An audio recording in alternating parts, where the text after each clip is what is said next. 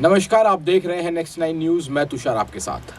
बिहार की राजनीति इस समय बहुत ही ज्यादा चर्चाओं का विषय बनी हुई है। जिस तरह से ऐसा देखा जा रहा है कि 2024 के जो लोकसभा चुनाव होने वाले हैं, उसको देखते हुए जिस तरीके से बिहार की राजनीति ने एक बहुत बड़ी करवट ली है, वो अपने आप में ही चर्चा का विषय बन गई है।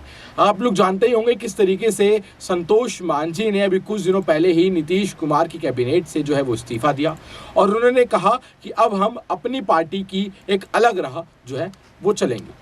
उन्होंने कहा कि हमारे सामने जेडीयू ने यह प्रस्ताव रखा था कि आप हमारी पार्टी में अपनी पार्टी का विलय कर दें, लेकिन हम ऐसा नहीं चाहते। हमने अपनी अलग पार्टी अलग विचारधारा के साथ बनाई थी, अलग मुद्दों के साथ बनाई थी और हम उसी पर अड़िग रहना चाहते हैं।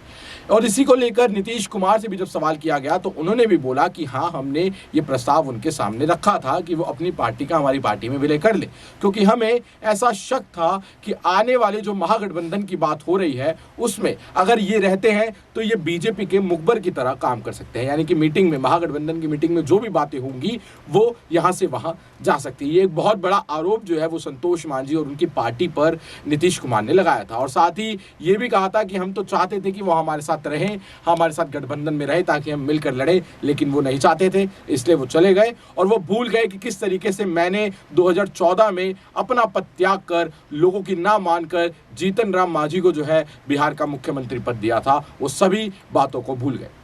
इसी के बीच आज हम आपको बता दें कि बिहार की राजनीति में एक बार फिर से एक नया मोड़ देखने को मिल रहा है, जहां आज शाम संतोष मांझी, जीतन राम मांझी और उनकी पार्टी जो है वो दिल्ली जाएगी। ऐसा कहा जा रहा है कि वो दिल्ली में अमित शाह से, मोदी जी से जो है मुलाकात कर सकती है और उन्होंने ये खुद कहा है कि गठबंधन पर भी बात हो सकती है।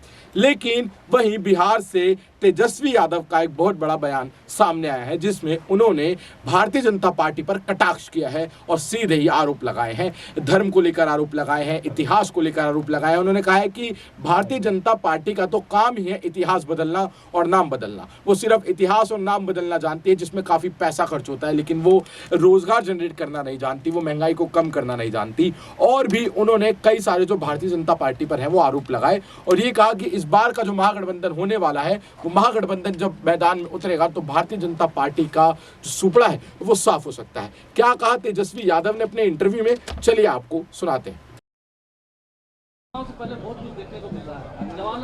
लोग तो पूरा इतिहास को ही बदलना चाहता है, इसमें तो हम लोग पहले से ही बोल रहे हैं, इसमें नया क्या है।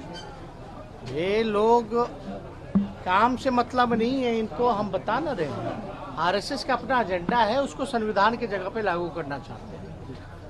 ये लोग देश को तोड़ना चाहते हैं, ये लोग देश में अमन चैन लोगों के बीच से छीनना चाहते हैं, मतभेद पैदा कराना चाहते हैं, एक दूसरे के प्रति घृणा पैदा कराना चाहते हैं।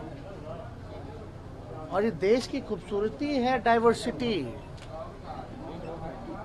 और इसी को खत्म करना चाहते हैं ये लोग। केवल जो है राजा की तरह राज करते रहे। क्या मतलब है भाई? नाम बदलने से क्या हो जाएगा भाई? कई योजनाओं का इन्होंने नाम बदला, राज्यों पर इतना भार डाल दिया। पहले 90-10 था, 90% केंद्र सरकार देता था, 10% राज्य सरकार को देना पड़ता था। नाम बदल दिया, राज्य पर 50-50 शेयर कर दिया, 50% अब देना पड़ता है बिहार जैसे गरीब राज्यों को। अच्छा, जिन शहरों का नाम भी बदला है या योजनाओं का नाम बदला है या संस्थानों का नाम बदला है, काम क्या हुआ है भैया? क्या फायदा हुआ देश को इससे? और नाम बदलने में इतना खर्चा होता है। राहुल गांधी बिहार